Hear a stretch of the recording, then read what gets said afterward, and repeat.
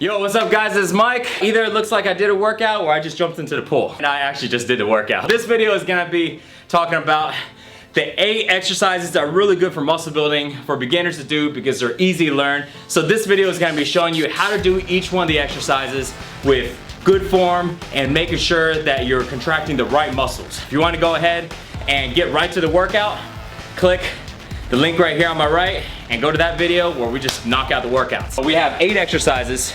The only equipment you're gonna need is basically gonna be a pair of dumbbells, medium weight or so. Every exercise we're gonna do only 30 seconds, okay? 30 seconds, 30 seconds, 30 seconds, and keep going. There's no rest, so take rest if you need to. If not, just keep rolling with it. We're gonna be doing 4 rounds total. When you knock through all these exercises, it equals 1 round. We're gonna repeat it 4 times. This is total body, because push-ups working on your chest, shoulders, and triceps. Bent over rolls working on your back, core, upright rolls, back, traps, shoulders, squat and press, shoulders and quads, curls, biceps, close grip push-ups, triceps, mountain climbers, cardio and abs, core, toe touches, straight abs. You add them all together, you get a killer muscle building workout / endurance and cardio. So let's go ahead and run through the exercises and make sure we do them right. This is a big mistake I see guys when they're doing push-ups. I used to do the same thing. And so when people are doing push-ups, number one, let me turn to the side so y'all guys can see. A lot of guys do this, right? They have their elbows flared out and they do that, okay? When you're doing that, that's too much engagement on your shoulders. This is what it looks like, right? If you're doing this, you're not doing push-ups right. You need to have your elbows tucked in back here. So when you're doing push-ups, you're actually coming back here at a 45-degree angle instead of flared out, okay? That's the first thing. Make sure your hands are right under your chest and not your shoulders. So check this out. If you do this, this is right under your shoulders. Y'all guys can see this okay? So when you come down, it's gonna work a lot of shoulders. If you come right here, notice that now it's aligned to my chest. And it was just a very small movement. Keep your elbows at 45 degrees and come up. Make sure that your body is flat like a board, okay? So no slouching your back like this and no popping your butt up like this. Next thing, bent over rolls. The key thing on a bent over roll, I'm gonna turn to the side again, is making sure you don't round your back. So you don't wanna do this, right? This is wrong because it's gonna hurt your back. You wanna keep your butt out, look either forward or slightly down, so now your back is straight. And your knees should not be propped out like this. Your knees should be back behind your toes, right? So knees behind the toes, butt back, back is straight at about a 45-degree angle, give or take. From here, nothing else should move. You should have very, very small movements in everything besides your arms. Just like this. See? So it's not a lot of rocking, things like that. And you don't want to hunch your back at all. So you want to make sure you squeeze your back. Imagine like somebody is pulling your elbows back. This is the way your back should look. It's hard to tell, but pull your elbows back so you're squeezing your back. If not, you're doing this. Next exercise is upright rolls. Grab a pair of dumbbells or barbell. You can put it together or have it slightly separate. Your key thing here is, again, to pretend like somebody is pulling your elbows to the ceiling. Pulling elbows up, see? Elbows up. Because if you don't, what you're gonna do is you're gonna end up doing this. It's almost like doing a curl. Somebody's gonna do this, you see? Versus elbows up. If you use your elbows up, it's gonna work your back, your shoulders, traps, okay? Versus, let me do the wrong form so you can see a difference in my back. See? So, very important to make sure you're doing the right form so you can work the right muscles. So, next exercise is squat and press. You can do it 2 ways. Your feet should be about shoulder width. You can either hold the dumbbells right here, have it slightly touching your shoulders, or you can have it flared out this way.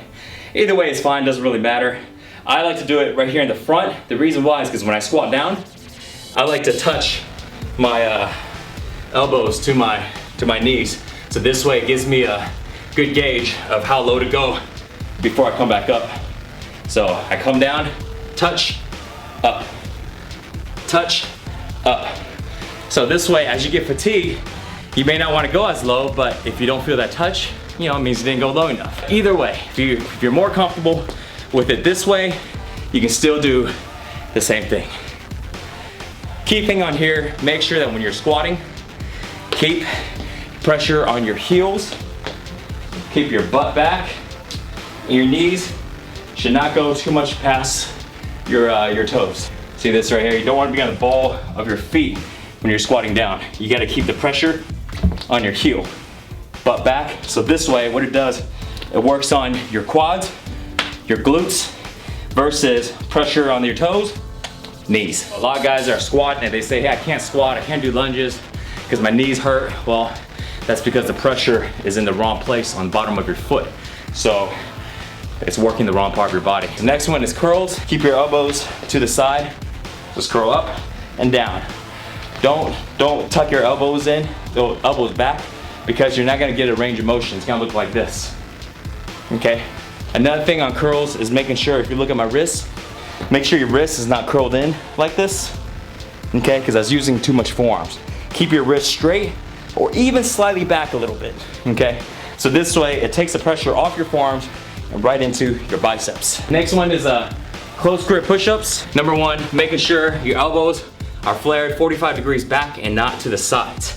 So you want to make sure the grip, well, your hand placement, the closer your hands are to each other, the more triceps you work. But also the more pressure on your elbows, right? So if I was gonna do, you know, let's say 6 inches, which is usually where I go at, it definitely works your triceps, but it doesn't apply as much pressure on your elbows. The moment you go all the way close to where sometimes they call this a diamond push-up, right? If you go all the way close, it's gonna put more pressure on your elbows, which might be fine if you have good elbows. Personally for me, they're a little tender sometimes, you know, I don't got the best joints. So that's why I keep mine separate a little bit. But what you need though is you can't have your hands farther than 6 to maybe 8 inches apart. If you have it too wide apart, you're not working enough on your triceps and you're working on your chest. As far as hand placement goes, right under your chest, same thing. So right here, so your chest, I'm gonna rest right here so y'all guys can see how if I go all the way down, my hands is right under my chest. So it's not like this, you know, something like that. You know, they say kiss the ground, you know, kiss the diamond, stuff like that. You can, but I personally don't like that because that's just too much pressure on your elbows. Okay, so we got mountain climbers and then toe touches. Mountain climbers, really easy. I'm turn to the side. Here's a tip on mountain climbers. If it's hard for you, what you're gonna naturally do, I don't even need to tell you this, you're gonna naturally lean back like this. All right, because it makes it easier. If you wanna make it harder, lean forward, right here. What it does is it engages a lot more core. The more farther you lean forward on your mountain climbers, the harder it is and the more core it works. Last one is toe touches. Real simple. Feet in the air, lay flat, hands like this, reach for your toes. Just like that. Not much to it. Reach for your toes. Make sure you're engaging your abs. One thing I'll say is try not to strain your neck. So you don't want to do this because you're going to end up working your neck. What you want to do is you want to apply the pressure in your back. You want to really push the pressure right here in your back instead of applying the pressure in your neck. Because what it does is it helps you engage your abs. Because if you do this and you see what I mean? If you do this, that's the floor, man. Don't look at me like that. If you're doing this, I mean, now you're just straining your neck. But if you apply the pressure in your back and you use your abs, damn, that was loud. See? Now you're working your abs. So that's the key thing, is making sure, especially on toe touches, that you do it right, because if not, your neck would be just super, super sore. You probably have a very swollen neck, you know, like one of those guys with crazy veins coming out of their neck and no abs. There you go, guys. That's how you do all 8 of these exercises. Don't forget, you're gonna be doing 4 rounds of 30 seconds each.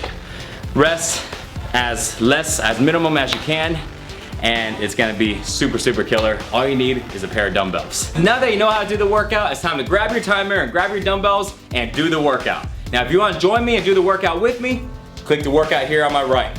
Now for you guys who want to learn the fastest way to build muscle and get six-pack abs, click the link above to go to sixpackshortcuts.com. Thanks for watching guys, and I will see you next time. Peace.